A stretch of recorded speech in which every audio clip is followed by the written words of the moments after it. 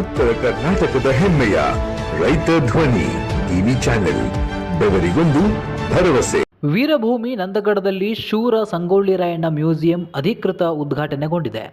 ಹೌದು, ಬೆಳಗಾವಿ ಜಿಲ್ಲೆಯ ಖಾನಾಪುರ ತಾಲೂಕಿನ ವೀರ ಸಂಗೊಳ್ಳಿ ರಾಯಣ್ಣನವರ ಹುತಾತ್ಮ ಸ್ಥಳವಾದ ನಂದಗಡದಲ್ಲಿ ಇಂದು ಈ ಐತಿಹಾಸಿಕ ಮ್ಯೂಸಿಯಂ ಉದ್ಘಾಟನೆ ನಡೆಯಿತು. ಸಂಗೊಳ್ಳಿ ರಾಯಣ್ಣ ಅಭಿವೃದ್ಧಿ ಪ್ರಾಧಿಕಾರದ ಅಧ್ಯಕ್ಷ ಹಾಗೂ ರಾಜ್ಯ ಗ್ಯಾರಂಟಿ ಸಮಿತಿ ಅಧ್ಯಕ್ಷರಾದ ಎಚ್.ಎಂ. ರೇವಣ್ಣ, ಸಲಹಾ ಸಮಿತಿ ಅಧ್ಯಕ್ಷ ಹಾಗೂ ಹಿರಿಯ IAS ಅಧಿಕಾರಿ ಡಾಕ್ಟರ್ ಅಶೋಕ್ ದಳವಾಯಿ, ಇತಿಹಾಸ ಮತ್ತು ವಾಸ್ತುಶಿಲ್ಪ ತಜ್ಞ ಸೂರ್ಯಪ್ರಕಾಶ್, AB ವಗ್ಗರ್ ಹಾಗೂ ಜಿಲ್ಲಾ ಪಂಚಾಯಿತಿ ಕಾರ್ಯದರ್ಶಿ ಬಸವರಾಜು ಹೆಗ್ಗನಾಯ್ಕರ್ ಸೇರಿದಂತೆ ಹಲವು ಗಣ್ಯರ ಸಮ್ಮುಖದಲ್ಲಿ ಮ್ಯೂಸಿಯಂ ಉದ್ಘಾಟನೆ ಆಯಿತು. ಈ ಸಂದರ್ಭದಲ್ಲಿ ಮ್ಯೂಸಿಯಂಗೆ ಸಂಬಂಧಿಸಿದ ಕರಪತ್ರಗಳನ್ನು ಸಹ ಬಿಡುಗಡೆ ಮಾಡಲಾಯಿತು.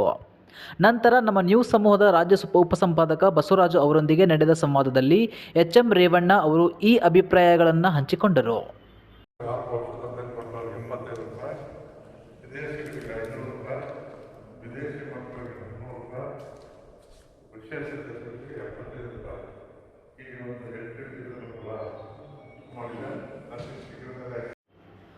ಒಟ್ಟಾರೆ ಇಂದಿನಿಂದ ವೀರಭೂಮಿ ನಂದಗಡದಲ್ಲಿ ಶೂರ ಸಂಗೊಳ್ಳಿ ರಾಯಣ್ಣ ಮ್ಯೂಸಿಯಂ ಸಾರ್ವಜನಿಕರಿಗಾಗಿ ಅಧಿಕೃತವಾಗಿ ಆರಂಭಗೊಂಡಿದೆ. ಇಂತಹ ಐತಿಹಾಸಿಕ ಕ್ಷಣಗಳನ್ನು ಮತ್ತಷ್ಟು ಅಪ್ಡೇಟ್ಗಳಿಗಾಗಿ ರೈತ ಧ್ವನಿ ನ್ಯೂಸನ್ನು ಸಬ್ಸ್ಕ್ರೈಬ್ ಮಾಡಿ. ನಾನು ಶಶಾಂಕ್ ಆರ್ಕೆ.